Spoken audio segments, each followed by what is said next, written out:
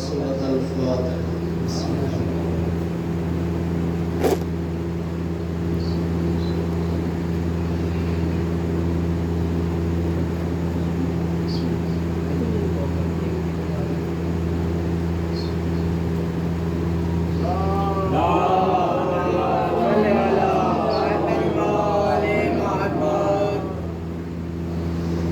لا حول ولا قوة إلا بالله العلي العظيم. أعوذ بالله من الشيطان اللعين الرجيم. بسم الله الرحمن الرحيم. الحمد لله الذي لا يبلغ مدحته القائلون ولا يحصي نعماءه العادون ولا يؤدي حقه المجتهدون الذي لا يدركه بعد الهمم ولا يناله غوص الفتن الذي ليس لصفته حد محدود ولا نعت موجود ولا وقت معدود ولا أجل ممدود. فطر الخلائق بقدرته ونشر الرياح برحمته وابتدى بالصخور ميدان عرضه. ثم الصلاة والسلام على سيد اسلم ما في الوجود سر الله في كل موجود نقطة الدائرة الوجود صاحب لواء الحمد والمقام المحمود مولانا ومولى الثقلين محبوب رب المغربين والمشرقين إمام القبلتين جد الحسن والحسين بالقاسم محمد.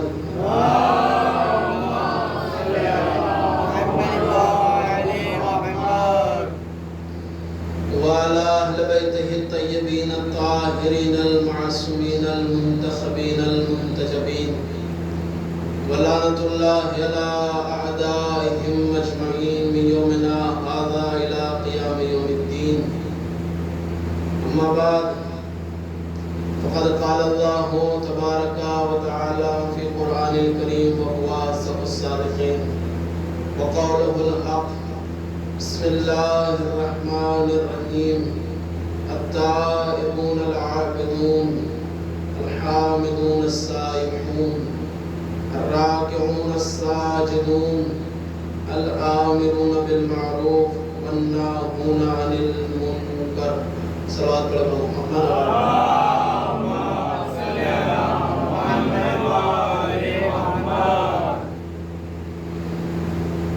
حاضرین خوش رضا ماتم ترانے امام سید سجاد مسلم خمس مجالس کی یہ آخری مجلس ہے جس کو خطاب کرنے کا شرف حاصل ہوا. بہرحال وقت بھی بہت ہو چکا ہے لیکن آپ حضرات کی بزرگواری اور کہ آخری مرحلہ ہے تو آخر کو تحمل کریں گے اور جو وقت مجھے دیا گیا ہے انشاءاللہ آپ حضرات اگر بیدار اور ساتھ دیا تو اس وقت تک آپ حضرات کی خدمت میں حاضر ہو جاؤ. زیادہ تمہید میں نہ جاتے ہوئے کیونکہ ایام عزا ہیں اور چاند رات سے لے کر اب تک دنیا میں ہر جگہ ہر مقام پر مجلس حضرت عبداللہ حسین علیہ السلام برپا ہو رہی ہے. سورہ توبہ کی 112ویں نمبر کی آیت ہے کیونکہ امام حسین علیہ السلام کا جو پیغام ہے وہ پوری دنیا کے لیے تھا, کسی ایک خاص مسلک یا مکتب کے لیے نہیں تھا. اور امام حسین علیہ السلام جو نکلے ہیں وہ بھی ایک خاص مذہب میں یا کسی مکتب میں انقلاب لانے کے لیے نہیں, بلکہ پوری مملکت میں جہاں جہاں اور لفظ انسان صدق آتا ہے، اور جہاں جہاں کوئی اللہ کی تکلیف لوگوں پہ پہنچتی ہے وہاں تک امام حسین علیہ السلام کا پیغام پہنچانے کے لیے نکلے، کیونکہ مصلح اعظم امام حسین علیہ السلام کو کہا گیا۔ اور اس آیت میں یہ صفات بیان ہوئی جو اس سے پہلے کی مجلس میں بھی میں نے آپ حضرات کی خدمت میں عرض کیا کہ 6 صفتیں، ایسا نہیں ہے کہ اگر کوئی انسان اصلاح کے لیے نکلے تو ایسے ہی کوئی بھی کسی خطے اور کسی گاؤں یا کسی بستی سے کھڑا ہو اور کھڑے ہونے کے بعد معاشرے کی اصلاح کرنے کے لیے نکل جائے، نہیں، قرآن نے کچھ معیار بتائے اور کچھ صفات بیان کی کہ دیکھو اگر وہ صفات کسی کے اندر آ جائیں اس کے بعد وہ آنے کے بعد معاشرے میں اچھائیوں کی طرف دعوت اور برائیوں سے روکے گا، ورنہ قرآن کی روح سے آپ مصلح نہیں بن سکتے جب تک یہ صفات آپ کے اندر نہ پائی جائیں۔ میں جلدی صفات کو عرض کر کے اپنی بات کو آگے بڑھا دوں۔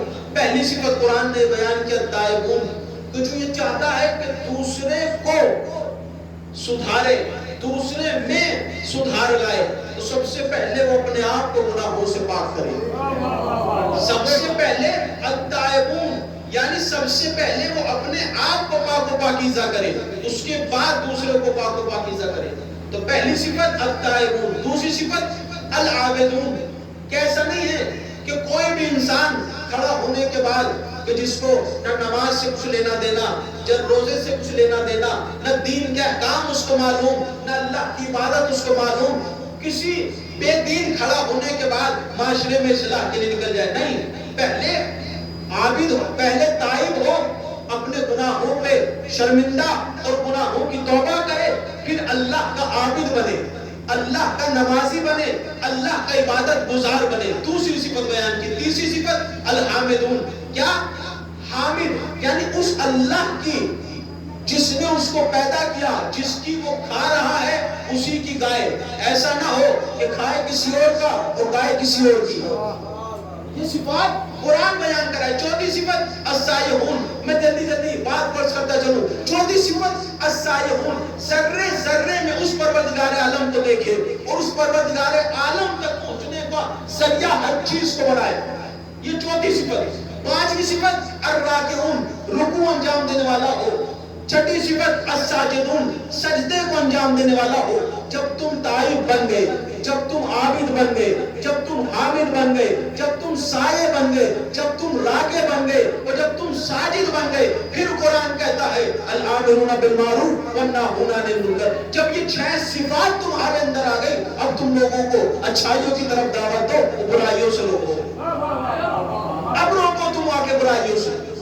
تو یہ مصلحین کی صفات تھی، یعنی وہ لوگ کے جو اصلاح کرنے آئے ہیں ان کی صفات یہ ہے۔ اور امام حسین مصلح اعظم، میں نے عرض کیا تھا اس سے پہلے کی مجلس میں، امام حسین علیہ السلام کون ہے؟ مصلح اعظم ہے، یعنی سب سے بڑے اصلاح کرنے والے۔ تو جو سب سے بڑا اصلاح کرنے والا ہے اس کی شخصیت کیسی ہونی چاہیے؟ اس کی شخصیت کا معیار کیا ہونا چاہیے؟ ایک عام انسان اگر کھڑا ہو کے آئے اور وہ اصلاح کرنے لگ جائے تو قرآن نے اس کی صفت بیان کی، لیکن امام حسین کہ جو نواسے رسول، کہ جو مصلح اعظم، کہ جو تمام نبیوں کے سردار کا لخت جگر، فاطمہ کا لال، علی کا بیٹا، جو اصلاح کے لیے نکل رہا ہے، اس کی کیسی شخصیت ہوگی، اس کا کیا معیار ہوگا؟ کہ شخصیت کی، اگر کسی شخصیت کی تعریف کی جائے تو 2 طریقے سے کی جاتی ہے۔ انشاءاللہ یہاں پہ ہر طریقے کا مجمع موجود ہے، میری بات کی تائید کرے گا۔ یا تو نظم کے ذریعے ہوتی ہے یا نثر کے ذریعے سے۔ نظم کے ذریعے کیا؟ یعنی اشعار کے ذریعے سے۔ اشعار کے ذریعے سے اگر دیکھیں کسی شخصیت کی تعریف کی جاتی ہے تو اشعار کے یعنی نظم کی صورت میں یا نثر کی صورت میں۔ نظم کی صورت میں کیسے؟ اشعار کی صورت میں۔ اب اشعار کی بھی قسمیں ہیں، کچھ اشعار رسائی ہے، کچھ اشعار مدحی ہے، کچھ اشعار غنائی ہے اور کچھ اشعار حماسی ہے۔ آپ کہیں گے یہ کیا؟ میں مختصر لفظوں میں تمہیدہ نظر کر دوں اور بات کو آگے بڑھا دوں۔ لیکن رسائی اشعار کسے کہا جاتا ہے؟ یعنی وہ شعر کہ جن میں جب کوئی بزرگ شخصیت اس دنیا سے چلی جاتی ہے تو اس کے جانے پر جب اظہار غم کے طور پہ جو اشعار لکھے جاتے ہیں ان کو رسائی اشعار کہا جاتا ہے، یعنی جس کو سننے کے بعد انسان گریہ کرے گا۔ ابھی مجھ سے پہلے جو بیان ہو رہا تھا ہمارے بھائی بیسم بیان کر رہے تھے، کیا تھے؟ جو مرثیہ پڑھ رہے تھے۔ ان اشعار کو رسائی اشعار کہا جاتا ہے، یعنی وہ شعر کہ جن میں مرثیے کے ذریعے سے ایک پیغام کو پہنچایا جائے جس کو سننے کے بعد انسان بزرگ شخصیت پہ گریہ کرے، ان کو رسائی اشعار کہتے ہیں۔ مدیح اشعار کسے کہتے ہیں؟ جس میں کسی کی حمد و ثنا ہو، انہیں مدیح اشعار کہتے ہیں۔ وہ آپ سنتے رہتے ہیں ربائی کی صورت میں جو عباس نے پڑھے یہ فضائل اور مدیح اشعار تھے، یعنی جس میں تعریف کی جاتی ہے۔ ماشاءاللہ شاعر موجود ہیں، میری بات کی تائید کریں گے۔ اشعار کو جاننے والے، ایک اشعار کی قسم اور ہے غنائی اشعار۔ غنائی اشعار یعنی جو غزلیات میں جس میں عاشقانہ گفتگو ہوتی ہے، وہ بہرحال میرا موضوع نہیں ہے، یہ بہرحال ایک شعر کی قسم ہے۔ لیکن شعر کی ایک قسم حماسی اشعار ہوتے ہیں۔ حماسی شعر کسے کہا جاتا ہے؟ حماسی شعر کی مثال کیا ہے؟ میں ساری مثال آپ کے سامنے موجود ہے، لیکن ایک حماسی چونکہ آپ نے ہو سکتا ہے نیا لفظ سنا ہو، حماسی شعر کسے کہا جاتا ہے؟ تو حماسی کی تعریف کروں اور اس کے بعد اپنی بات سے اور موضوع سے جڑ جاؤں گا۔ حماسی اشعار کہتے کسے ہیں؟ دیکھیں حماسی اشعار وہ ہوتے ہیں جس شعر کے اندر غیرت کی بو آئے، شجاعت کی بو آئے، حمیت کی بو آئے، جس شعر کے اندر سے سننے کے بعد انسان کی روح کے اندر ایک چینجنگ آ جائے، ایسے اشعار حماسی اشعار ہوتے ہیں۔ امام حسین علیہ السلام کی شخصیت رسائی اشعار کے ذریعے سے بھی ہوئی، مدیح اشعار کے ذریعے سے بھی ہوئی، لیکن حماسی اشعار کے ذریعے سے میں اس کے شعر پڑھنا چاہتا ہوں کہ جو شاعری کی دنیا میں جن کے شعر ہر کوئی نہیں سمجھ سکتا بلکہ اردو ادب والا سمجھ سکتا ہے۔ کون؟ جوش مدیح آبادی۔ میں ان کے مصرے سے اپنی مثال بات واضح کرتا ہوں کہ حماسی شعر کسے کہتے ہیں۔ امام حسین علیہ السلام کی فضیلت کو وہ حماسی شعر میں کیسے بیان کرتے ہیں؟ جوش مدیح آبادی کہتے ہیں کہ قدرے دل میں لیے ایک سمندر کے حسین۔ میں فضیلت بیان کر رہا ہوں۔ دیکھیں کسی شخصیت کی فضیلت کیا نظم کی صورت میں ہوگی یا نظم کی صورت میں؟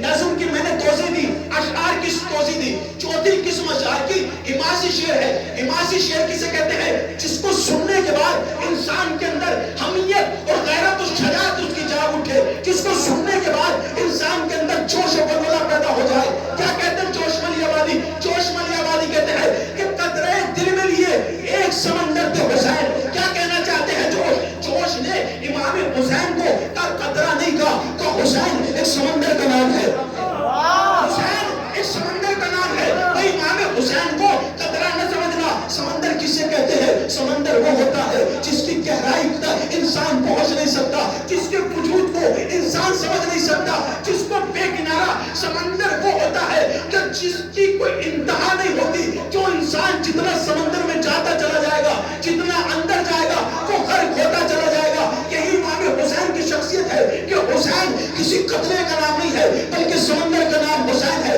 1,24,000 انبیاء کی جو محنتوں کو بچائے اسے حسین کہتے ہیں۔ 1,24,000 انبیاء کی جو محنت کو بچائے اسے حسین کہتے ہیں۔ یا جملوں کو بدل کر کہوں 1,24,000 انبیاء کا جو وارث ہو اسے حسین کہتے ہیں۔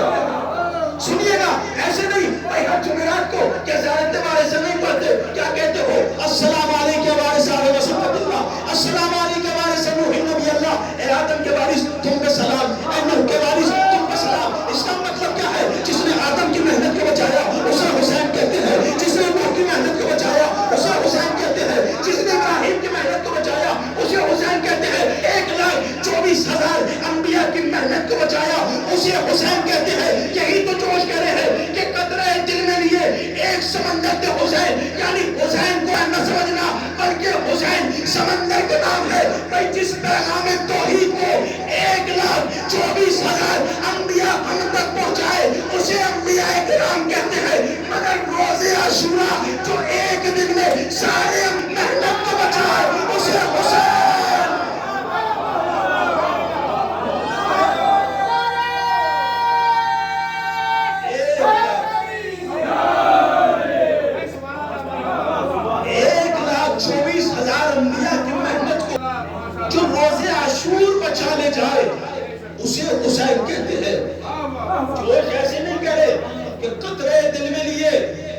سمندر تھے حسین. وہ صرف اتنا نہیں کہ قطرے دل میں لیے ایک سمندر تھے حسین، بلکہ ذات واحد میں سمیٹے ہوئے لشکر تھے حسین. امام حسین کو ایک فرد نہ سمجھنا بھائی، یزید امام حسین کو ایک شخص سمجھ رہا تھا. کیا سمجھ رہا تھا؟ کہ ایک انسان ہے، لیکن حسین ایک انسان نہیں ہے. جو کیا کرے ہیں ذات واحد میں، یعنی اپنے اندر ایک لشکر کو جو سمیٹے ہوئے ہو اسے حسین کہتے ہیں. اپنے اندر جو ایک لشکر کو سمیٹے ہو اسے حسین کہتے ہیں. مجھے بتائیے کربلا کے میدان میں جب یزید نے بیعت کا مطالبہ کیا، کتنے مسلمان تھے؟ 9 کروڑ مسلمان تھے. 9 کروڑ مسلمان موجود تھے.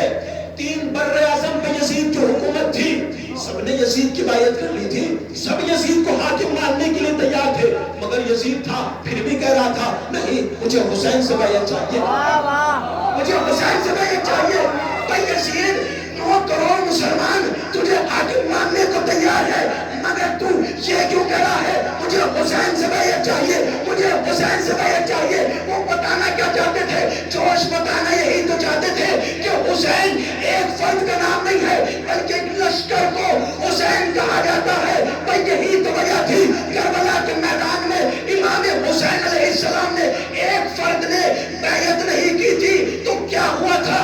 9 کروڑ نے تو بیعت کر لی تھی، مگر 9 کروڑ نے بیعت کی، مگر کسی کے اندر اتنی جرأت نہیں تھی کہ یزید کے خلاف کچھ آواز اٹھا سکے، یزید کے خلاف کچھ بول سکے. وہ تنہا علی کا لال حسین تھا کہ جس نے ایک بار کہہ دیا کہ مجھ جیسا مجھ جیسے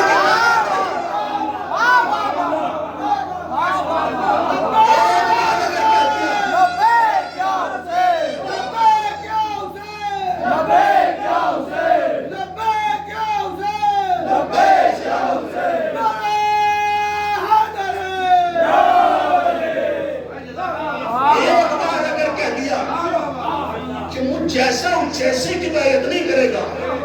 بیعت مانگتا رہ گیا مگر بیعت نہ ملی. اسی لیے تو کہہ رہے جوش کہ قطرے دل میں لیے ایک سمندر تھے حسین، ذات واحد میں سمیٹے ہوئے لشکر تھے حسین، اور دین آداب رفاقت کے پیغمبر تھے حسین، اور جان دینے پہ جب آئے تو 72 تھے حسین. کربلا کے میدان میں جان دینے پہ جب آئے، جان دینے پہ جب آئے تو 72 تھے حسین. بھائی کربلا میں امام حسین نے نہ صرف ایک بوڑھے کو حسینی بنا دیا بلکہ 6 مہینے کے بچے کو بھی اتنا بلند کر دیا کہ 6 مہینے نے پورے لشکر کو بلا دیا. لشکر کو ایک 6 مہینے کے لال کو بھی حسین نے ایک حسینی بنا دیا. کیا کرے ہیں کہ قطرے دل میں لیے ایک سمندر تھے حسین. میں حماسی شعر کی یہ مثال بیان کر رہا ہوں کہ قطرے دل میں لیے ایک سمندر تھے حسین، ذات واحد میں سمیٹے ہوئے لشکر تھے حسین، دین آداب رفاقت کے پیغمبر تھے حسین، اور جان دینے پہ جب آئے تو 72 تھے حسین. تو سر فرشتوں کے یہاں آج بھی کم ہوتے ہیں، ایسے انسان رسولوں میں بھی کم ہوتے ہیں، رسولوں میں بھی کم ہوتے ہیں.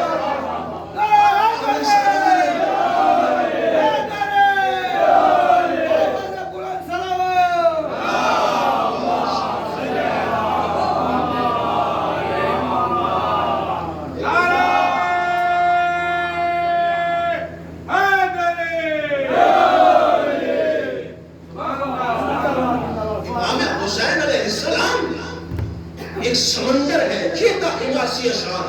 اس نے جوش نے اپنے اشعار سے ثابت کیا کہ جس کو سننے کے بعد انسان کی خیرت جاگ اٹھی انہیں حماسی شعر کہا جاتا ہے. تو یہ تھا نظم کی صورت میں. اب آئیے نثر کی صورت میں. کہنا جس طریقے سے شعر حماسی ہوتے ہیں اسی طریقے سے تقریریں بھی حماسی ہوتی ہیں. تقریریں کیا حماسی ہوتی ہیں؟ اب میں کسی عام انسان کا نہیں بلکہ مثال دوں گا امام علی علیہ السلام کے قول سے.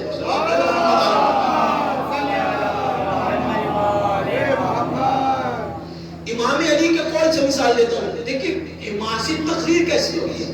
شعر تو حماسی آپ نے سن لی ہے، لیکن حماسی تقریر کیسے ہوتی ہے؟ یعنی وہ تقریر کہ جس کو سننے کے بعد انسان کی روح بیدار ہو جائے. کب کی میرے مولا نے وہ تقریر؟ جب جنگ صفین ہوئی. جنگ صفین ہوئی تو آپ جانتے ہیں کہ معاویہ کے لشکر نے مولا کے لشکر پہ پانی بند کر دیا. کیا یا نہیں کیا؟ پانی بند کیا. تو پانی جب بند کیا تو میرے مولا کے لشکر میں کوئی ہلچل نہیں, کوئی ان کے اندر ان کی سوئے ہوئے زمین اٹھنے کو تیار نہیں. اب میرے مولا نے جب یہ دیکھا تو ایک مرتبہ نہیں بلند ہوئے اور ایک بلندی پہ پہنچے. اب پہنچنے کے بعد ایک حماسی تقریر کی ہے. کیا کہا میرے مولا نے کہ قد استطعمکم القتال, اے میرے سپاہیوں یہ لوگ جنگ کے بھوکے ہیں. کس کو؟ ابھی نے شام کے لشکر کو دیکھ کر پانی بند کر دیا ہے, لشکر میں کوئی بیداری نہیں, بے ضمیر لوگ بیٹھے ہوئے ہیں. مجھے مولا نے کیا کہا میرے سپاہیوں یہ لوگ جنگ کے بھوکے ہیں.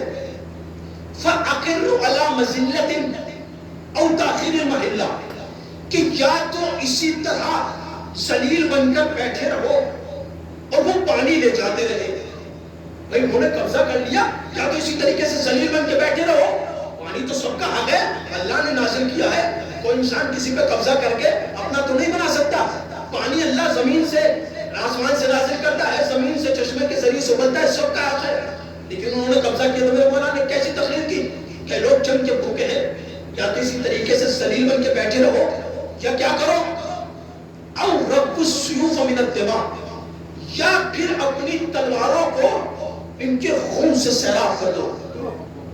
اور اس کے بعد میرے مولا نے علماء نے لکھا کہ میرے مولا نے موت اور حیات کے فلسفے کو بیان کیا. علی کی حماسی تقریر دیکھیے. میرے مولا نے کہا کہ الموت فی حیاتکم مقہورین والحیات فی موتکم قاہرین, کہ دیکھو اگر تم ذلت کے ساتھ زندگی گزار رہے ہو, اگر تم ذلت کے ساتھ جی رہے ہو تو اسے زندگی نہ سمجھنا, یہ موت ہے. اگر ذلیل بن کے جی رہے ہو تو اسے زندگی نہ سمجھنا, یہ موت ہے. لیکن فالموت فی حیاتکم قاہرین, لیکن اگر تم مر جاؤ اور مرنے کے بعد تمہارا نام اونچا ہو جائے, تم مر جاؤ لیکن مرنے سے تمہاری عزت رہ جائے, تم مر جاؤ لیکن مرنے کے بعد تمہارا نام بلند ہو جائے, تو اسے موت نہ سمجھنا, یہ زندگی ہے. میرے مولا نے یہ تقریر کہا کہ صفین میں کس نے کی؟ حسین کے بابا علی نے. بھئی جب باپ کا اثر کیا بیٹے میں نہیں آئے گا؟ بیٹے نے باپ نے صفین کے میدان میں ایک ایسی حماسی تقریر کہی, بیٹے کے اندر توحید و اثر آیا. کربلا کے میدان میں جب امام حسین علیہ السلام سے سعد بن ابی وقاص, کون؟ عمر ابن سعد نے, سعد بن ابی وقاص کے بیٹے نے ایک جملہ کہا کہ حسین جب بیعت کرو کیا تم غلام بن کر ہمارے ساتھ کوفے چلو, اور عبید اللہ ابن زیاد جو تمہارے بارے میں حکم کرے گا اس کو مان لینا. امام حسین نے جب اتنا سنا, اچھا میں حسین یعنی غلام بن کر یعنی ذلیل ہو کر عبید اللہ کے پاس جاؤں اور وہ مجھے ذلیل سمجھ کر جو چاہے میرے بارے میں حکم کرتے. جب ایک مرتبہ امام حسین نے یہ سنا, تب سنیے گا اس باپ کے بیٹے نے, امام حسین نے کربلا کے میدان میں کیا کہا کہ انتہی فبنتہی قطرہ کا زمین بین سرطین ہائی ہاتھ من الزلہ, کہ اس فرزند نابکار امام حسین نے لفظ تہی بیان کیا ہے. جا کے لغت میں دیکھو, سب نے لکھا کہ تہی کے معنی ہوتے ہیں زناکار کا بیٹا, یعنی حرام کی اولاد, حرام زیادہ. میرے مولا نے کہا وہ عبید اللہ ابن زیاد کو کہا کہ وہ عبید اللہ حرام زیادہ, حرام زادے کی اولاد. امام نے صرف بیان نہیں کیا بلکہ ڈر کے کربلا کے میدان میں قاتلوں کے شجرے کھول دیے کہ دیکھو کربلا کے میدان میں جو بھی امام وقت کے خلاف قتل کرنے پہ آ جائے اسے حلال کے بیٹے نے سمجھنا, حرام کی اولاد. جو امام وقت کے خلاف تلوار اٹھا لے اسے ایک باپ کی اولاد میں سمجھنا. اس لیے کہ حدیث ہے معصوم کو قتل کرنے وہی آ سکتا ہے جو ناجائز اولاد ہو. فرعون نے اسی لیے جناب موسیٰ کو قتل نہیں کیا کیونکہ وہ حلال زادہ تھا. اس نے معصوم کا قتل وہی کر سکتا ہے جو ناجائز باپ کی اولاد ہو. امام حسین نے کہا جو فرزند نابکار اور نابکار کا بیٹا مجھے تو راستے پر دیا ہے. کیا بیعت کروں یا شہید ہو جاؤں, یا ذلت کو قبول کر لوں یا شہید ہو جاؤں؟ ہیہات من ذلہ, کیا وہ نہیں جانتا کہ میں اس علی کا بیٹا ہوں, اس طیب الطاہر آغوش کا پلا ہوا ہوں, کہ ذلت ہم سے بہت دور ہے, ہم ذلت کو قبول نہیں کر سکتے. امام حسین نے کہا کہ اسے معلوم نہیں ہے کہ ہم پاک و پاکیزہ خاندان کے پلے ہوئے اس نجس اور بس انسان کی بیعت کیسے کر لے آئے.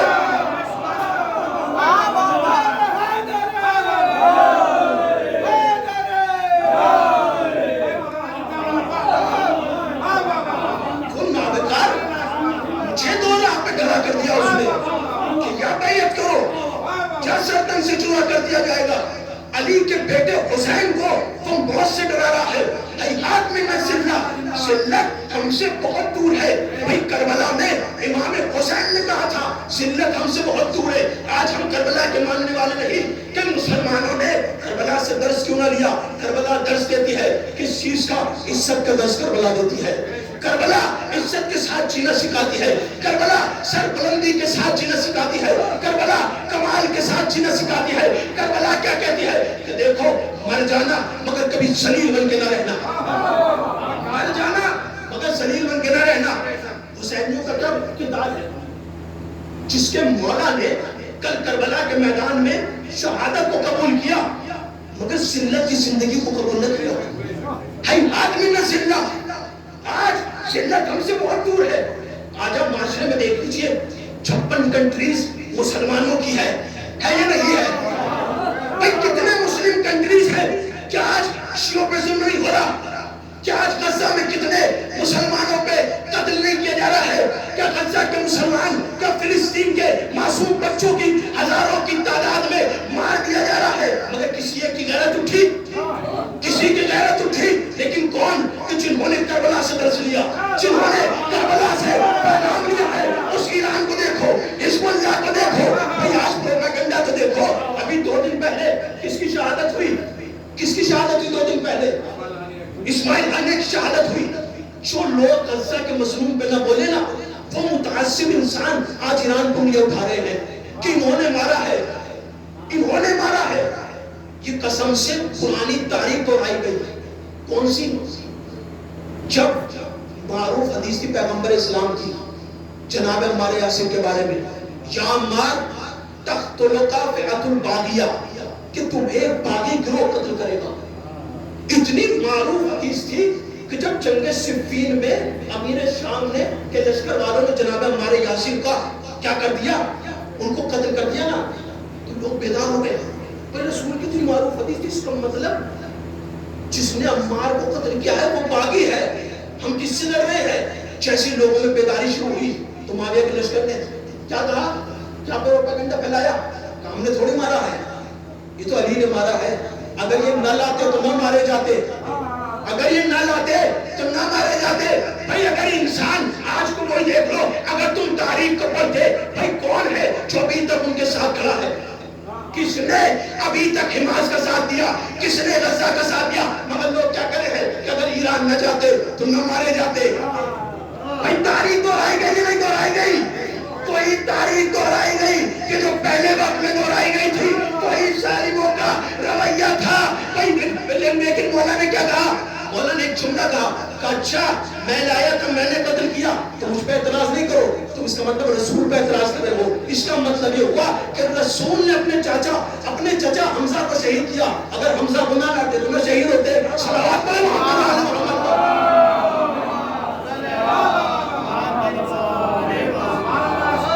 آج المومنوں کا یہ سن, مومن ہوشیار ہوتا ہے, حدیث ہے, مومن عقل مند ہوتا ہے, سمجھدار ہوتا ہے, صرف ظاہر کو نہیں دیکھتا, بس صرف پردہ بھی سمجھ جاتا ہے کہ سازش کس کی ہے. اسے مومن کہتے ہیں. میرے مولا نے کہا کہ ہیہات من ذلہ, کہ ہم ذلت کو قبول کر لیں, ہم ذلت کو قبول کر لیں. امام حسین نے سر دیا مگر ذلت کو قبول نہ کیا. امام حسین کربلا عزت کی زندگی سکھاتی ہے. اتنے سالوں سے ہم فرشتہ بچھاتے ہیں. ایک درس کا کربلا سے ہمیں عزت کا نہیں لینا چاہیے کہ جہاں جیو عزت کے ساتھ جینا. کوئی ایسا کام نہ کرنا کہ جس سے تمہاری عزت پہ حرف آئے. کوئی ایسا کام نہ کرنا کہ جس سے انسان کی عزت پہ حرف آئے. مجھے بتائیے کیا یہ ذلت نہیں ہے کہ ایک امام حسین کو ماننے والا، ایک کربلا کو ماننے والا، ایک علی کو ماننے والا اور ہر سال امام حسین کا غم ماننے والا اگر بازار میں جا رہا ہے تو سر جھکا کے جا رہا ہے؟ کیوں؟ کیا کہیں کوئی قرضے والا قرضہ نہ مانگ لے؟ تو مجھے بتائیے عزت ہے یہ ذلت ہے؟ صاف ذلت ہے یا نہیں؟ کربلا نے کیا درس دیا؟ جینا تو عزت کے ساتھ جینا. کوئی ایسا کام نہ کرنا سر جھکا کے چلنا پڑے. کیوں ایسا کام انسان کرے؟ بھئی تم کربلا کے ماننے والے ہو، تم تو امام حسین سے درس لینے والے ہو. امام حسین نے تو سر دیا ہے مگر ذلت کو قبول نہیں کیا. جانتے ہو اسلام کا پہلا پیغام کیا تھا؟ امام حسین نے اپنے نانا کے جد کی سیرت کو زندہ کیا نہیں کیا کربلا کے میدان میں. اچھا بات مکمل اس کو بھی کر دوں کہ جہاں سے چھڑی تھی حماسی تقریر، میں نے کیا دلیل دی؟ مولا کائنات کی. علماء نے لکھا کہ مولا نے جنگ صفین میں ایسی حماسی تقریر کی، ایسی جوشیلی تقریر تھی کہ سپاہیوں کے اندر وہ جوش ولولہ اٹھا. تاریخ نے لکھا کہ علی کے چاہنے والوں نے 2 گھنٹے میں معاویہ کے لشکر سے پانی سے قبضہ کیا اور اس کو دور بھگا دیا. یہ کس کا اثر تھا؟ حماسی تقریر کا، جو جنگ صفین میں امام حسین مولا علی نے کی اور کربلا کے میدان میں کس نے کی؟ امام حسین علیہ السلام نے کی. یہ کیا سکھا رہے ہیں ہمیں؟ کہہ رہے ہیں کہ عزت کی زندگی جینا. جب انسان کا ضمیر بکنے لگ جائے، جب انسان کا ضمیر مردہ ہو جائے، پھر وہ عزت اور ذلت میں فرق نہیں سمجھتا. یہ انسان کے ضمیر کی بات ہے. آج امت مسلمہ اگر اسلام کے پہلے پیغام کو سمجھ جاتی تو کبھی نیچی نگاہوں سے نہ دیکھی جاتی. آج جو امریکہ اور اسرائیل کے نقش قدم پہ چل رہے ہیں اور کسی میں ان کے خلاف بولنے کی طاقت نہیں ہے، اس کی ایک وجہ ہے کہ اسلام کے پہلے پیغام پہ عمل نہیں کیا گیا. آپ کہیں گے اسلام کا پہلا پیغام کیا تھا؟ اسلام کا پہلا پیغام پڑھیے تاریخ کیا ہے. ایک غار ہرا میں، جس کو آج زیارت کرنے کے لیے مدینے میں جاتے تو ہو، لیکن اسی غار میں اسلام کا پہلا پیغام آیا تھا. کیا پیغام تھا؟ جانتے ہو کیا پیغام تھا؟ سورہ اقرا پڑھتے ہو؟ شروع کی 5 آیتیں نازل ہوئی تھی. اقرا بسم ربک الذی خلق، خلق الانسان من علق. اسلام کا پہلا پیغام کیا تھا؟ اقرا. کیا؟ پڑھو. بسم ربک، پڑھو اپنے رب کے نام کے ساتھ. پڑھو اپنے رب کے نام کے ساتھ. یعنی کیا؟ پڑھو یعنی تعلیم حاصل کرو، لیکن رب کے نام کے ساتھ. نہیں سمجھے؟ ابھی پھر پہنچاتا ہوں. پڑھو. کہ اسلام کا پہلا پیغام بتا رہا ہوں. کیا کہا؟ اقرا. پڑھو یعنی ایجوکیشن حاصل کرو، مگر کس کے ساتھ؟ بسم ربک، اپنے رب کے نام کے ساتھ. یعنی تعلیم حاصل کرو مگر تعلیم کے ساتھ دین ہونا ضروری ہے. نہیں پہنچے. کب پڑھو؟ اقرا بسم، اقرا بسم کہ پڑھو یعنی کوالیفیکیشن کے ساتھ، تعلیم کے ساتھ کیا ضروری ہے؟ دین ضروری ہے، اللہ کا نام ضروری ہے، دینداری ضروری ہے. بھائی اسلام کے پہلا پیغام کیا تھا؟ مجھے بتائیے. جو لوگ کہتے ہیں کہ تلوار کے ذریعے اسلام کو پھیلا، وہ اسلام کے اس پہلے پیغام میں ان 5 آیتوں میں کہیں تلوار کا نام دکھا دو. کہیں تلوار کا نام دکھا دو، لیکن ہاں ان 5 آیتوں میں قلم کا نام ہے. ان 5 آیتوں میں لیکن قلم کا نام ہے. قلم کا نام ہے. بھائی اگر امت مسلمہ اس پہلے پیغام کو سمجھ جاتی اور رسول کے بعد ہاتھ میں تلوار نہ لیتی بلکہ ہاتھ میں قلم اٹھاتی تو آج ذلت کی زندگی نصیب نہیں. اگر پہلے پیغام پہ عمل کیا ہوتا. پہلے پیغام پہ کس نے عمل کیا؟ تاریخ پڑھیے گا. اس نے اپنا حق نہ لیا. علی نے بعد رسول کیا کیا؟ سب سے پہلے قرآن کو جمع کیا. کیا ہے نہیں کیا؟ علم پہ کام ہوا ہے نہیں ہوا؟ اور ایک حدیث میں مولا نے فرمایا کہ میرے آقا نے مجھے 1000 پیغمبر اسلام کے بارے میں 1000 علم کے دروازے، 1000 علم کے باب سکھائے اور میں نے ہر باب سے 1000 علم کے دروازوں کو کھولا. کس نے تعلیم کو عمل کیا؟ اہل بیت نے عمل کیا نہیں کیا؟ چھٹے امام نے 4000 شاگردوں کی تربیت کی ہے. کس نے ثابت کیا؟ اماموں نے تعلیم کو عمل کیا نہیں کیا؟ جانتے ہو فادر آف کیمسٹری کہا جاتا ہے کس کو؟ جابر بن حیان کو. جابر بن حیان کون ہے؟ چوتھے امام کے شاگرد، چوتھے امام کے غلام. دنیا 4 اماموں کو مانتی ہے، یا تو ڈائریکٹ یا انڈائریکٹ، سب ہمارے امام کے شاگرد ہیں. سب ہمارے امام کے شاگرد ہیں، سب ہمارے امام کے شاگرد ہیں. احمد ابن حنبل شافعی کا شاگرد. شافعی کس کا شاگرد؟ ابو حنیفہ کا شاگرد جس کا نام نعمان ہے. اور ابو حنیفہ کس کا شاگرد ہے؟ ہمارے چھٹے امام کا. خود نے کہا کہ لولا سنتان لہلک نعمان، کہ اگر 2 سال میں شیعوں کے امام جعفر صادق کے پاس علم حاصل نہ کرتا تو میں ہلاک ہو جاتا. یا تو ڈائریکٹلی یا انڈائریکٹلی ہمارے امام کے شاگرد ہے یا نہیں شاگرد؟ کیا اسلام کا پہلا پیغام کیا تھا؟ کہ علم حاصل کرنا، تعلیم حاصل کرنا.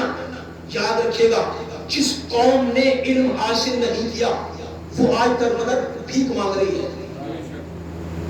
بھیک مانگنا صرف پیسے کی نہیں ہوتی، بھیک مانگنا صرف پیسے کی نہیں ہوتی. اگر آپ کے پاس اپنے اسکول نہیں، اگر آپ کے پاس اپنے کالجز نہیں، اگر آپ کے پاس اپنے ڈاکٹر نہیں، اگر آپ کے پاس اپنے سرجن نہیں، اگر آپ کے پاس اپنے IAS نہیں، اگر آپ کے پاس اپنے PCS نہیں، مجھے بتائیے ہماری قوم کی ایک باپ اپنی بیٹی کا انگلی پکڑ کے ایک اسکول میں لے جاتا ہے، کیا کہتا ہے؟ بھیک مانگنا صرف پیسے کی تھوڑی ہوتی ہے، یہ بھی بھیک مانگنا ہے. کیا جاننے کے بعد کہتا ہے کہ ہماری بچی کو اپنے اسکول میں پڑھنے کی اجازت دے دیجئے کہ وہ پردے کے ساتھ آئے، وہ اجازت دے دیجئے کہ حجاب کے ساتھ آئے. کیوں؟ کیا یہ بھیک مانگنا نہیں ہے؟ اگر تمہارے اپنے اسکول ہوتے، اگر تمہارے اپنے کالجز ہوتے تو اسلام کا پیغام کیا تھا؟ اقرا بسم، کہ پڑھو بھی لیکن دینداری کے ساتھ. اگر آج ہم نے اس پہ عمل کیا ہوتا، اگر آج ہمارے اپنے کالج ہوتے، اپنے اسکول ہوتے، تو دوسروں کے دروازے پہ جا کے بھیک نہ مانگتے. مانگتے نہ مانگتے نہیں مانگتے. میرے چھٹے امام نے فرمایا شیعتنا لا يسأل الناس شیئا فلو ماتا، کہ ہمارا شیعہ مر جائے گا مگر کسی کا ہاتھ نہیں پھیلائے گا. ہمارا شیعہ مر جائے گا مگر کسی کے سامنے ہاتھ نہیں پھیلائے گا. اسلام کا پہلا پیغام یہ تھا کہ تم علم حاصل کرو. اگر علم حاصل کیا ہوتا، اگر ڈاکٹر اپنے ہوتے، کالج اپنے ہوتے، یہ کیا تھا؟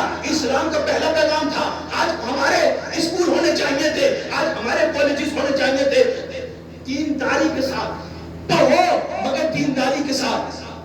ڈاکٹر کی ضرورت ہے مگر دیندار ڈاکٹر کی ضرورت ہے. کیوں؟ ایسے ڈاکٹر کی ضرورت نہیں جو صرف پیسے کے لیے علاج کرے. ایسے ڈاکٹر کی ضرورت ہے جو مریض کے درد کو سمجھے.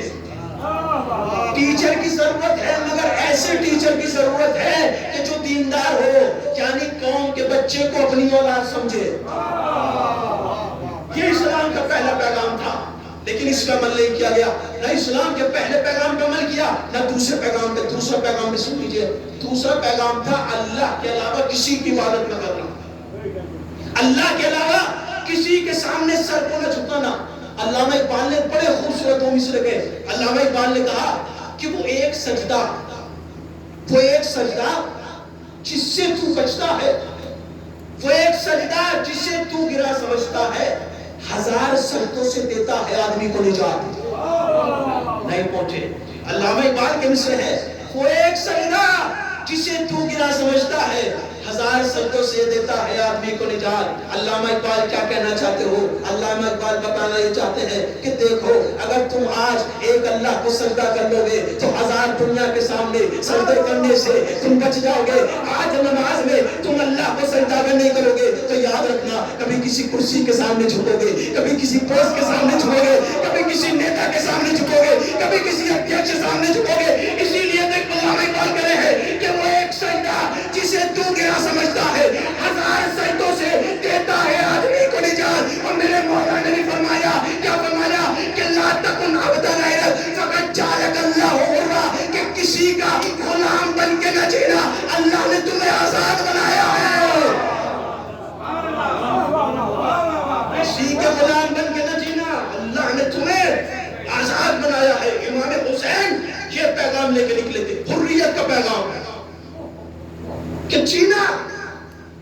عزت کے ساتھ جینا، ذلت کے ساتھ نہ جینا۔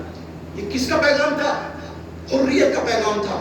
اللہ کے علاوہ کسی کو سجدے میں سر نہ جھکانا، صرف پیڑ کے سامنے، چاند کے سامنے سجدہ کرنے کا نام سجدہ نہیں ہے۔ جو اللہ کے مقابلے میں اپنا سکہ جمانا چاہے نا، اس کے سامنے بھی سر نہ جھکانا۔ مجھے بتائیے کہ یزید زبردستی اپنے آپ کا اپنا سکہ نہیں جمانا چاہتا تھا؟ فرعون کہتا تھا میں خدا ہوں مجھے مانو، کہتا تھا انہیں کہتا تھا، قرآن نے مخالفت کی ہے نہیں کی؟ یزید بھی تو یہ کہتا تھا مجھے امیر المومنین مانو، مجھے خلیفہ مانو، مانو یا نہیں مانو۔ لیکن امام حسین نکلے، اور آخری بات بیان کر رہا ہوں اور اسی پہ شاید مجلس تمام ہو جائے۔ کربلا والوں کے بھی اور خود یزید کے بھی پردے کو فاش کیا ہے امام حسین علیہ السلام سے۔ کیسے فاش کیا؟ آپ مجھے بتائیے، جتنے نبی آئے اور جتنے رسول آئے ہیں، سب کے سب آنے کے بعد کسی نبی کے بارے میں آپ نہیں بتا سکتے کہ وہ اللہ کے پیغام کو لے کر آئے، لیکن ان کے جانے کے بعد ان کی امت پھر بت پرستی پہ پلٹ گئی، پھر بت پرستی کی طرف پلٹ گئی۔ آپ دیکھ لیجئے، جناب موسیٰ 40 دن کے لیے کوہ طور پہ گئے، 40 دن کے لیے، اور امت پھر گئی، امت پھر بت پرستی کی طرف پھر گئی۔ لیکن آخر کیا وجہ ہے کہ پیغمبر اسلام اس دنیا سے گئے، لیکن لوگ منافق تو رہے لیکن کوئی کافر نہ بن سکا، بت پرستی کی طرف نہ پلٹے؟ اس سوال کا جواب دینا ہے، یہ مجلس تمام ہو جائے گی اور اس پہ غور کرنے کی ضرورت ہے۔ مجھے بتائیے، مولا علی علیہ السلام نے پیغمبر اسلام کے بعد 25 سال تک گھر میں خاموشی کی زندگی اختیار کی، کسی ایک جنگابی تلوار نہیں اٹھائی۔ نہیں بتا سکتا وہ مجھے کسی ایک جنگابی تلوار اٹھائی ہو، یہاں تک کہ جناب زہرا پہ ظلم ہوا مگر تلوار نہیں اٹھائی۔ لیکن ایک مقام ہے جہاں پہ تلوار اٹھائی، وہ کون سا مقام تھا؟ پڑھیے تاریخ میں لکھا کہ ایک مرتبہ مسلمانوں کے پہلے خلیفہ نے زکوٰۃ جمع کرنے کے لیے ایک شخص کو مدینے میں بھیجا۔ بڑی غور سے سنیے گا جب میں بات عرض کرنے جا رہا ہوں۔ مدینے میں بھیجا، جب مدینے میں پہنچا زکوٰۃ جمع کرنے کے لیے، صدقات جمع کرنے کے لیے، تو جس جگہ پر وہ ٹھہرا تھا، میرے مولا بھی مدینے میں تھے، تو اس جگہ پہ وہ ٹھہرا تھا جس مقام پہ، اس نے کیا کیا؟ اس کے پاس ایک چھوٹا سا بت تھا، اس بت کو نکالا اور اس کی پرستش کرنے لگا۔ یہ خبر میرے مولا کو پہنچی۔ امام حسین علیہ السلام نے قیام کیوں کیا ہے؟ بہت ساری وجہ سنی ہے، لیکن اصل وجہ آج تک ہو سکتا ہے آپ نے نہ سنی ہو کہ اصل مین وجہ کیا تھی کہ امام حسین کے قیام کی۔ یہ سب ذکر کرتے ہیں امر بالمعروف نہی عن المنکر کے لیے، اور کہتے ہیں کہ چونکہ یزید شراب خوار تھا، وہ علنی شراب پیتا تھا، اس لیے اس کے خلاف اٹھے۔ کوئی امام، کسی اور امام نے تو قیام نہ کیا؟ مجھے بتائیے، کیا کسی اور امام نے قیام کیا؟ متوکل کس کے دور میں ہے؟ 8ویں 9ویں امام کے دور میں ہے، اس نے تو قیام نہیں کیا۔ متوکل بھی علنی شراب پیتا تھا، لیکن دوسرے امام تو اس کے خلاف نہ اٹھے۔ امام حسین کے علاوہ کوئی امام، لیکن یاد رکھے گا ان سب کا مقصد ایک ہے، کسی امام نے، نہ چوتھے امام نے، نہ 5ویں امام نے، نہ 6ٹھے امام نے، کسی نے تلوار نہ اٹھائی، صرف امام حسین نے قیام کیا، صرف امام حسین نے قیام کیا۔ وجہ صرف یہ نہیں ہے کہ یزید جو ہے وہ کھلم کھلا گناہ کرتا تھا اور کھلم کھلا فاجر تھا اس لیے قیام کیا تھا، وہ ایک وجہ ہے، لیکن ساری مین وجہ یہ نہیں ہے۔ اگر مین وجہ یہ ہوتی تو دوسرے حاکم بھی علنی شراب پیتے تھے، علنی گناہ کرتے تھے، لیکن امام ان کے خلاف نہ اٹھے، مگر یزید کے خلاف ہی کیوں اٹھے؟ اس کی وجہ سنیے گا۔ جب امام علی علیہ السلام کو پتہ لگا کہ خلیفہ کا آدمی آ کے زکوٰۃ جمع کر رہا ہے، جہاں پہ وہ ٹھہرا ہے اس نے ایک بت کی پرستش کی، بت کو سجدہ کیا، تو تاریخ نے لکھا کہ جس علی نے جناب زہرا پہ ظلم ہوا لیکن تلوار نہ اٹھائی، اس علی نے ذوالفقار کو نکالا اور پہنچے اس کے پاس۔ رسول کی حدیث کے من یرتد دینہ فاقتلوہ، کہ جو دین سے پلٹ جائے نا، اپنے دین سے پلٹ جائے، اس کی سزا موت ہے۔ علی نے ذوالفقار سے اس کے 2 حصے کر دیے اور واپس آ گئے۔ جب یہ خبر خلیفہ تک پہنچی کہ آپ کے بھیجے ہوئے آدمی کو علی نے قتل کر دیا، تو خلیفہ نے کس کو بھیجا؟ خالد ابن ولید کو، جو خلیفہ کی تلوار تھا، اور یہی وہ شخص تھا جس نے میرے مولا کے ہاتھوں میں رسی باندھی تھی۔ یہ آیا آنے کے بعد کہا کہ تم نے اس شخص کو کیوں قتل کیا؟ تو میرے مولا نے کہا اس نے بت کی پرستش کی، دین اسلام سے پھر گیا اپنے قبل دین کی طرف۔ بتاؤ کوئی سوال ہے؟ جیسی طرح سنا تلوار کو رکھا واپس آ گیا۔ اس کا مطلب یہ ہے کہ علی علیہ السلام جس نقطے کی طرف حساس تھے وہ یہ تھا کہ کوئی رسول کی محنت کو پھیر کے قبلی دین کی طرف نہ پلٹ جائے، یعنی کوئی کافر نہ ہو جائے۔ یہ اتنی اہم تھی کہ منافق کو برداشت کیا لیکن کافر کو برداشت نہ کیا۔ سنیے گا، منافق کو برداشت کیا، یعنی علی علیہ السلام یہ وہ چیز تھی کہ نہیں چاہتے تھے بھئی میرے مولا نے کیوں تلوار نہیں اٹھائی۔ فتحوں میں یہی تو لکھا کہ اگر علی تلوار اٹھا لیتے تو لوگ جو تھے نا وہ اپنی قبلی دین کی طرف، خود پرستی کی طرف پلٹ جاتے سب کے سب اور کفر اختیار کر لیتے۔ لیکن علی علیہ السلام نے تلوار نہ اٹھا کے اسلام کو جان دی ہے کہ کوئی کافر نہ ہونے پائے۔ پوری زندگی میں جس علی نے کبھی تلوار نہ اٹھائی، لیکن اگر کوئی رسول کے دین سے پھر جائے، رسول علی نے تلوار اٹھائی اور اس کے دو حصے کر دیے۔ امام حسین نے علی کا بیٹے تھے، جانتے تھے اپنے بابا کی سیرت کو، جب نکلے تھے کیا کہا تھا؟ اپنے نانا کی سیرت کو زندہ کروں گا، اپنے بابا کی سیرت کو زندہ کروں گا۔ امام حسین سمجھ گئے تھے کہ یہ وہ چیز ہے، کفر وہ چیز ہے کہ جس پہ میرا بابا خاموش نہیں رہا، یہ وہ چیز ہے کہ جس پہ مجھے بھی خاموش نہیں ہونا تھا۔ اب سمجھے امام حسن علیہ السلام نے قیام کیوں نہیں کیا؟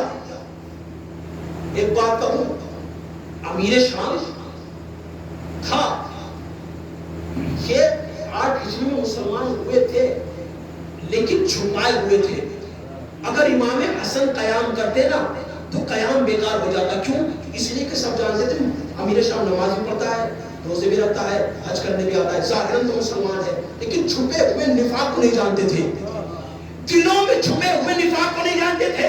بھئی پتہ نہ چلتا تو باپ کی سیرت پہ باپ نے کیا کیا؟ منافق بن کے، یعنی منافق کسے کہتے ہیں؟ جو اعلان نہ کرے، ظاہر نہ کرے، اندر سے کچھ اور ہو لیکن ظاہر کچھ اور کرے، اس کو منافق کہتے ہیں۔ لیکن یزید نے کیا کیا؟ یزید نے اس کفر کو علنی کرنا چاہا، یزید نے اس کفر کو علنی کرنا چاہا، یزید نے نفاق نہیں چاہا۔ کیسے نہیں چاہا؟ جانتے ہیں جب سر امام حسین یزید کے سامنے آیا، پر یہ تاریخ کیا لکھا ہے تاریخ نے کہ وہ چھڑی سے امام حسین کے لب مبارک پر نعوذ باللہ بے حرمتی کر رہا تھا، اور جانتے ہیں کیا کہہ رہا تھا؟ کیا کہا؟ شعر تو پڑھیں کہ لعبت بنو ہاشم بالملک لا وحی نزل ولا جاء، کہ لا جاء، کہ لا وحی جاء ولا نزل، کہ نہ کوئی خبر آئی، لا خبر جاء ولا وحی نزل، کہ یہ جو تھا یہ سب بنی ہاشم کا ڈھونگ تھا۔ جو مشہور شعر ہے یزید کے جو اس نے سر امام حسین کے سامنے کہے کہ یہ سب تو بنی ہاشم کا ایک ڈھونگ تھا، نہ کوئی وحی آئی نہ کوئی خبر آئی۔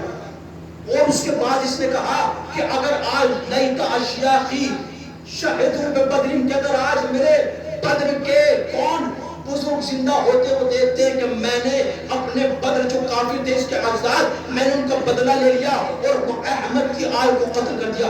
مجھے بتائیے کھلے عام کفر کیا یا نہیں کیا؟ کھلے عام کفر کیا یا نہیں کیا؟ یعنی یزید چاہتا تھا کہ وہ کفر کو علنی کر دے، وہ چاہتا تھا کہ جامعہ دوبارہ کفر کی طرف پلٹ جائے۔ امام حسین نے اس کو سمجھا کہ یزید یہ چاہتا ہے کہ دوبارہ کھلے عام میرے نانا کی محنت کو برباد کر کے دوبارہ جامعہ کو کفر کی طرف پلٹا دے۔ جانتے ہیں امام حسین نے اسی لیے قیام کیا، اور سید سجاد نے بھی اپنے بابا کے مقصد کو سمجھا۔ جانتے ہو جس دربار میں یزید کے بے حرمتی کر رہا تھا، سارے کے سارے بیٹھے ہوئے تھے، روم سے آئے ہوئے بادشاہ بیٹھے ہوئے تھے، ساری کی ساری پرجا وہاں پہ بیٹھی ہوئی تھی، اور جانتے ہیں اہل حرم کو اس نے کیا کہا؟ کہ انتم سوایا۔ جانتے ہیں مسلمان اگر اسیر بنا لیا جائے، مسلمان سے اگر جنگ ہو تو انہوں کو اسیر نہیں بنایا جاتا، نہ مسلمان سے آپ کنیز لے سکتے ہیں، نہ ہی مسلمان سے اگر جنگ ہو تو ان کو اسیر بنایا جا سکتا ہے۔ اسیر اور کنیز ان کو بنایا جاتا تھا جو غیر مسلمان سے جنگ ہو۔ جانتے ہو کتنا بڑا پروپیگنڈا کیا. شام میں یہ پھیلایا گیا کہ جو لوگ باغی گروہ تھے, یہ لوگ باغی تھے, یعنی اس کا مطلب کیا ہے, یہ لوگ اسیر ہیں اور ان کا دین سے کوئی لینا دینا نہیں ہے. یعنی شام والوں کے ذہن میں کیا بیٹھا ہوا ہے, یہ جو آ رہے ہیں یہ اسیر اور کنیز ہیں, ان سے دین کا کچھ لینا دینا نہیں ہے. اب سمجھے اسیر بھئی, اس وقت پورے عرب میں اسلام پھیل چکا تھا, کوئی بھی ایسی جگہ نہیں تھی جہاں پہ اسلام نہ پہنچا ہو. عرب ہر جگہ مسلمان ہو چکے تھے. اسیر کہاں کے لائے جاتے تھے, افریقہ یا پھر سندھ یا ہند سے اگر غلام اور اکٹھا کر کے اگر ان کو لے جایا جاتا تھا, ان کو کنیز کہا جاتا تھا. اب سمجھے یہ مقصد کیا تھا, یزید کا مقصد یہ تھا کہ امام حسین کو قتل کر کے ان کے اسیر کو غیر مسلمان ثابت کر دیا جائے. جب اس منظر کو دیکھا نا, ایسے مقام پہ سید سجاد کھڑے ہو کے منبر پہ پہنچے اور ایک مرتبہ جب عربی بولنا شروع کیا تو شام والوں نے یہ دیکھا یہ کون ہے جو عربی بول رہا ہے. عربی بولنے کا مطلب کیا, یعنی یہ عرب ہے. عرب یعنی کیا, بھائی عرب ہے تو یعنی مسلمان ہے. مسلمان ہے تو کیا, یزید تو کہہ رہا ہے کہ یہ مسلمان نہیں ہے لیکن یہ تو عربی بول رہا ہے. پھر ایک مرتبہ جب میں سید سجاد نے کہا کہ میں کس کا بیٹا ہوں, جب سارا بیان کرنے لگے, انا زمزم و صفا انا مکہ و منا, میں منا کا بیٹا ہوں, میں زمزم و صفا کا بیٹا ہوں. لوگوں نے دیکھا بھائی یہ کون ہے جو مکہ کا بیٹا بتا رہا ہے, جو زمزم و صفا کا بیٹا بتا رہا ہے, یہ تو ہم مسلمانوں کی ہے. ایک مرتبہ جب سید سجاد نے کہا انا ابن محمد مصطفیٰ, میں محمد مصطفیٰ کا بیٹا ہوں. اب جب وہاں پر سارے کے سارے یہودی بیٹھے ہوئے تھے, ایک مرتبہ وہ کھڑے ہو گئے کہ یزید تو یہ کہہ رہا تھا یہ مسلمان نہیں ہے, مگر تو نے تو اپنے ہی رسول کی آل کو شہید کر کے ان کو بتایا کہ لوگ مسلمان نہیں ہے, یہ لوگ مسلمان نہیں ہے. دیکھا یزید نے ابھی جو چھڑی مار کر اپنے کفر کا اعلان کر رہا تھا, جیسے ہی اس نے دیکھا ارے یہ تو تختہ پلٹ گیا, یہ تو قتل ہے, یہ تو امام حسین کی شہادت اور سید سجاد کا خطبہ پلٹ گیا ہے. اب جیسے ہی اس نے کفر کا اعلان کیا تھا نا, فوراً اس نے کیا کہا, بوکھلا کے چال کو بدل لیا اور پھر کفر سے پھر پردہ ڈال کے نفاق کے عالم میں آیا. کیا کہا, اذان کہو, اذان کہو. بھئی جو بھی کہہ رہا تھا نہ وحی آئی ہے نہ کوئی رسول آیا ہے, وہ خود کہہ رہا ہے اذان کہو, اذان. وہ خود کہہ رہا ہے اذان کہو, اذان کہو. جب اذان کہی گئی اور اس صدا پہ پہنچے اشہد ان محمد رسول اللہ, جب مرتبہ سید سجاد نے کیا کہا, اے رسول, اے محسن رک جا. اور یزید کی طرف دیکھ کے کیا کہا تھا, یزید ذرا اتنا تو بتا, محمد تیرے جد ہے یا میرے جد ہے, محمد تیرے جد ہے یا میرے جد ہے. اگر تو کہے تیرے جد ہے تو تو جھوٹ بولتا ہے. جانتے ہو سید سجاد نے سارے پردے کو الٹ دیا اور قیام امام حسین نے جو یزید چاہا تھا کہ سارا جامعہ دوبارہ بت پرستی کی طرف پلٹ جائے, دوبارہ کفر کی طرف پلٹ جائے, لیکن امام حسین کی شہادت کا یہ اثر ہوا اور سید سجاد کے خطبے کا یہ اثر ہوا کہ کوئی بھی امام حسین کے قیام کو نہ پلٹا سکا. یہی وجہ تھی کہ امام حسین کے بعد چوتھے امام سے لے کر 11 امام تک جتنے بھی حاکم آئے, کسی میں ہمت نہ ہوئی کہ تلوار سے علنی کسی کو شہید کرے. سب کو زہر سے شہید کیا ہے, علنی نہ کر سکے. یہ وجہ تھی کہ جو امام حسین علیہ السلام نے کیا. ورنہ مجھے بتائیں, پہلے امام کو تلوار سے شہید کیا گیا, دوسرے امام کے جنازے میں تیر برسائے گئے, تیسرے امام کا تو کربلا کے میدان میں کنبہ ہی سوا کر دیا گیا. مگر تاریخ نہیں بتاتی چوتھے امام, پانچویں امام, چھٹے امام, ساتویں امام, آٹھویں امام, پھر کسی حاکم کی دوبارہ ہمت ہوئی ہو کہ وہ پڑھ کر کسی کو تلوار سے شہید کر دے. یہ تھا امام حسین کے قیام کا نتیجہ. اور پھر کسی نے تلوار کے ذریعے سے, پھر کسی نے اپنے کفر کو علنی نہیں کیا, کسی نے بھی اپنے کفر کو علنی نہیں کیا. مجھے بتائیے کسی نے اپنے کفر کو علنی کیا؟ ایک بادشاہ نے بھی. شراب پیتے تھے سب کے سب, پھر منافق کا پردہ اوڑھ لیا اور اندر اندر کرتے تھے مگر ظاہراً اسلام بتاتے تھے. صلوات پڑھیں محمد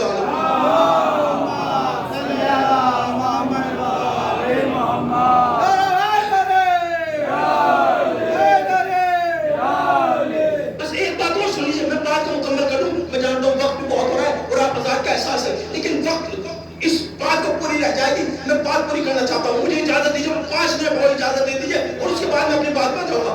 یزید کے کفر کو علنی کیا نہیں کیا, کیا نہیں. سارے جامعے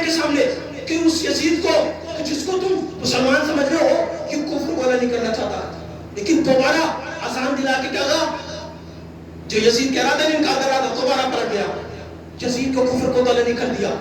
لیکن جو کربلا کے میدان میں آئے تھے نا, ان کے کفر کو بھی امام حسین نے علنی کر دیا. ان کے کفر پہ بھی مہر تصدیق سب کی ہے جتنے کربلا میں آئے تھے. کیسے کی جانتے ہو؟ روزے عاشور امام حسین رسول کے ناکے پہ سوار ہوئے. سوار ہونے کے بعد میدان میں آئے. آنے کے بعد کیا کہا؟ نصیحتیں کی. کوئی یہ نہ سمجھے کہ امام حسین نے کربلا کے میدان میں جاتے ہی تلوار سے مارنا شروع کر دیا صرف نہیں. کتنی جگہ پہ خطبے دیے تاکہ کوئی پلٹ آئے لیکن لوگ نہ پلٹے. کیا کہا امام حسین نے؟ میں جانتا ہوں تم پہ میری باتوں کا اثر کیوں نہیں ہو رہا ہے, اس لیے کہ تمہارے شکم مال حرام سے بھر چکے ہیں. یہ جملہ صرف کربلا والوں کے لیے نہیں ہے. اگر آج بھی ہمارے شکم مال حرام سے بھر جائے نا تو آج بھی ہمارے اوپر امام کی بات اثر نہیں ہوگی. جب امام حسین نے دیکھا میری بات کا اثر نہیں ہو رہا ہے تو امام حسین نے سوال کیا, اچھا بتاؤ مجھے قتل کیوں کرنا چاہتے ہو؟ تو کیا جواب دیا؟ بغضاً لأبی, تمہارے بابا کے بغض میں, تمہارے بابا کے بغض میں. سوال امام حسین نے آخر کیوں یہ سوال کیا, کیوں ان سے پوچھا, کیوں اس کا اقرار لیا کہ یہ سب کے سب میرے باپ کی دشمنی میں مجھے قتل کرنے آئے ہیں؟ کیوں آخر؟ اس سوال کا جواب دینے سے پہلے ایک حدیث پڑھنا چاہتا ہوں, اپنی کتاب سے نہیں. اہل سنت کے بہت بڑے عالم کہ اگر جن کو نکال لیا جائے تو حدیث نامکمل ہے, حدیث کا ستون کہا گیا. امام طبرانی کی حدیث پڑھتا ہوں جو 260 ہجری میں پیدا ہوئے, 100 سال تک زندہ رہے, 360 میں چلے گئے. ان کی حدیث نقل کرتا ہوں اپنی کتاب معجم الاوسط میں. 10 جلدوں میں کتاب لکھی, تیسری جلد میں وہ ایک بات لکھتے ہیں. وہ کہتے ہیں کہ رسول کے ایک صحابی تھا جس کا نام تھا بریدہ بن حصیب. سوال یاد رکھیے گا, کیوں امام حسین علیہ السلام نے سوال کیا کہ مجھے کیوں قتل کرنا چاہتے ہو؟ تو جواب کیا دیا, بغضاً لأبی. میں معافی چاہتا ہوں گفتگو تھوڑی سخت ہو گئی لیکن پہنچانا ضروری ہے مقصد کو. کیا کہا؟ بریدہ بن حصیب. امام طبرانی نقل کرتے ہیں کہ ایک مرتبہ پیغمبر اسلام کی بارگاہ میں آئے اور آنے کے بعد ایک جملہ کرتے ہیں. کیا کہا بریدہ بن حصیب نے؟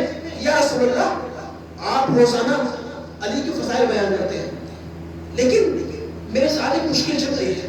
میں جیسے جیسے علی کے فضائل سنتا ہوں نہ جانے خود بخود میں علی کے ساتھ بغض محسوس کر رہا ہوں, میں علی سے دشمنی محسوس کر رہا ہوں. جیسے رسول نے اتنا سنا, یہ اتنا کہہ کے خاموش ہو کر سر کو چھپا لیا. سوچا رسول کیا کہتے ہیں. ایک مرتبہ بہت دیر ہو گئی, کوئی جواب نہ ملا تو اس نے اپنے سر کو اٹھایا. امام طبرانی لکھتے ہیں کہ سردی کا موسم تھا لیکن ایسے موسم میں کون پیغمبر اسلام کا چہرہ سرخ اور پسینہ آپ کے ماتھے سے ٹپک رہا تھا. جیسے بریدہ بن حصیب نے دیکھا گھبرا گئے. میں نے بہت بڑی گستاخی کر دی, شاید میں نے رسول کو ناراض کر دیا. کیا رسول اللہ غلطی ہو گئی, معاف کر دیجئے. لیکن رسول خاموش, کوئی جواب نہیں دے رہے. سوچا مجھ سے بہت ہی زیادہ بڑی غلطی ہو گئی, رسول جواب نہیں دے رہے. پھر کہا یا رسول اللہ توبہ کرتا ہوں, مجھے معاف کر دیجئے. لیکن رسول نے کوئی جواب نہیں دیا. اب بریدہ گھبرا گئے. امام طبرانی لکھتے ہیں کہ جیسے ہی بریدہ نے یہ سیکھا, ایک مرتبہ دیکھا کہ رسول کوئی جواب نہیں دے رہے. ایک مرتبہ بریدہ کہتے ہیں کہ میں نے اپنے ہاتھ کو بڑھا دیا کہ یا رسول اللہ لائیے, میں دوبارہ آپ کے ہاتھوں پر اسلام کی بیعت کرتا ہوں, میں دوبارہ آپ کے ہاتھوں پہ اسلام کی بیعت کرتا ہوں. امام طبرانی کہتے ہیں جیسے ہی بریدہ یہ نے کہا رسول نے اپنا ہاتھ بڑھا دیا. رسول نے اپنا ہاتھ بڑھا دیا, رسول نے اپنا ہاتھ بڑھا دیا اور ہاتھ بڑھا کے یہ بتا دیا کہ جان لو جو بھی علی کا دشمن ہو وہ اسلام سے خارج ہے, وہ اسلام سے خارج ہے. اب سمجھے کربلا کے میدان میں امام حسین علیہ السلام نے جو پوچھا تھا تم مجھے کیوں قتل کرنا چاہتے ہو, کیا جواب دیا؟ بغضاً لأبی, تمہارے بابا کے بغض میں. تو امام حسین کیا چاہ رہے ہیں؟ جب مدینے سے نکلے تھے تو کیا کہا تھا؟ میں اپنے جد اپنے نانا کی سیرت کو زندہ کروں گا. رسول کی سیرت کیا تھی؟ رسول کی سیرت یہ تھی کہ رسول نے اپنی زندگی میں علی کے دشمن کو اسلام سے خارج ثابت کیا تھا. بس امام حسین بھی کیونکہ کربلا میں جنگ کرنے جا رہے ہیں لیکن قیامت تک کے لیے ایک پیغام دے رہے ہیں کہ دیکھو یاد رکھنا بھی کربلا والوں کو مسلمان نہ سمجھنا، یہ جو دشمن ہے یہ کافر ہے۔ میں نے سوال پوچھ کے زمانے کو بتا دیا کہ جو بھی میرے مقابلے میں آئے ہیں وہ سارے کے سارے کفر پر ہے، اسلام سے کوئی تعلق نہیں ہے، سارے کے سارے کافر ہیں۔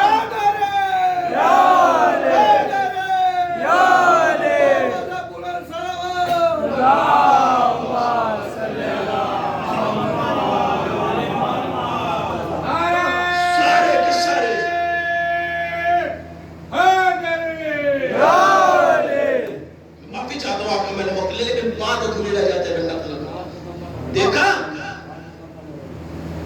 یعنی کربلا میں جو مقابلے میں آئے ان کے کفر کو بھی ثابت کیا، اور ادھر جس کے یہ ماننے والے تھے یزید کے بھی کفر کا اعلان کیا کہ کوئی بھی ان کو مسلمان نہ سمجھنا۔ یہ سارے کے سارے یزید کفر کو اعلان کرنا چاہتا تھا، اور یہ اس کو نہیں کرنا چاہتے ہیں، یہ بھی سارے کے سارے آئے۔ اسی لیے مولا علی علیہ السلام کی جو دشمنی رکھتا ہے پیغمبر اسلام کی روح سے، اسلام سے خارج ہے۔ امام وقت کے خلاف جو تلوار اٹھائے، جن کی دشمنی کو کرائے، سب کے سب کتنا بڑا کام کیا سید سجاد نے یزید کے کفر کو علنی کر دیا، اسے مجبور کر دیا کہ دوبارہ اپنے نفاق کے پردے میں چلا جائے۔ کیوں اذان کہلوائی؟ جو کہہ رہا تھا ابھی تک نہ کوئی وحی آئی نہ کوئی رسول آئے، لیکن جب اس نے دیکھا کہ اتنا اثر اس کا دربار میں کوہرام مچ گیا تو فوراً کہا اذان کرنا، جبکہ اذان کا وقت نہیں تھا مگر اذان دلوائی۔ شام والوں کو بیدار کیا کہ میں کس کا بیٹا ہوں؟ میں محمد مصطفیٰ کا بیٹا ہوں، میں علی مرتضیٰ کا بیٹا ہوں۔ بس عزیزوں، ایام امام سجاد ہے، کم اس کا بیٹا ہوں کہ جس کو فرات کے کنارے 3 دن کا بھوکا پیاسا شہید کر دیا گیا ہے۔ میں اس کا بیٹا ہوں کہ جس کو پسے گردن سے سر کاٹا گیا۔ آج آپ نے وہ ویڈیو دیکھی کس طریقے سے ظالموں نے پسے گردن ایک شیعہ قلیل کے چاہنے والے کی گردن کاٹی ہے۔ یہ کربلا میں امام حسین علیہ السلام کی کاٹی گئی۔ ہمارا سلام ہو امام حسین علیہ السلام پر، السلام علیکہ یا ابا عبداللہ وعلی الارواح التي حلت بفنائك علیک منی جميعا سلام اللہ ابدا ما بقیت وبقی اللیل والنار ولا جعل اللہ آخر لحظ منی لزیارتکم السلام علی الحسین۔ میرا سلام اس حسین پر جس نے نانا کی سنت کو زندہ کر دیا۔ ایام شہادت امام سجاد، کون سجاد؟ روایت نقل کرتی ہے کہ وہ سجاد کہ جس نے 40 تک خون گریہ کیا۔ میرا امام زمانہ سیارت نائیہ میں کہتے ہیں وَلَوْ نَادِيَنَّ عَلَيْكَ صَبَاحًا وَمَسَاءً، میں مولا آپ صبح شام خون کے آنسو روتا ہوں۔ ایک مرتبہ ایک امام کے چاہنے والے نے مولا کو خواب میں دیکھا، ہاتھوں کو جوڑا اس کے مولا آپ نے جو فرمایا ہے کہ میں صبح شام امام حسین کو خون کے گریہ آنسو کرتا ہوں، مولا کا یہ سچ ہے؟ فرمایا ہاں یہ سچ ہے، میں صبح شام خون کے آنسو روتا ہوں۔ جیسے تم نے سنا ایک مرتبہ سامنے والا کہتا ہے مولا ذرا اتنا تو بتائیے وہ کون سا غم ہے کربلا کا کہ جس میں آپ خون کے آنسو روتے ہیں؟ کیا علی اکبر کے سینے میں پرچی لگی؟ کیا وہ غم تھا جس میں آپ خون کے آنسو روتے ہیں؟ کیا عباس کے بازو کاٹے گئے؟ کیا یہ وہ غم تھا جس میں آپ خون کے آنسو روتے ہیں؟ کیا امام حسین کے پسے پوش گردن پہ چوری چلائی گئی؟ کیا وہ غم تھا کہ جس پہ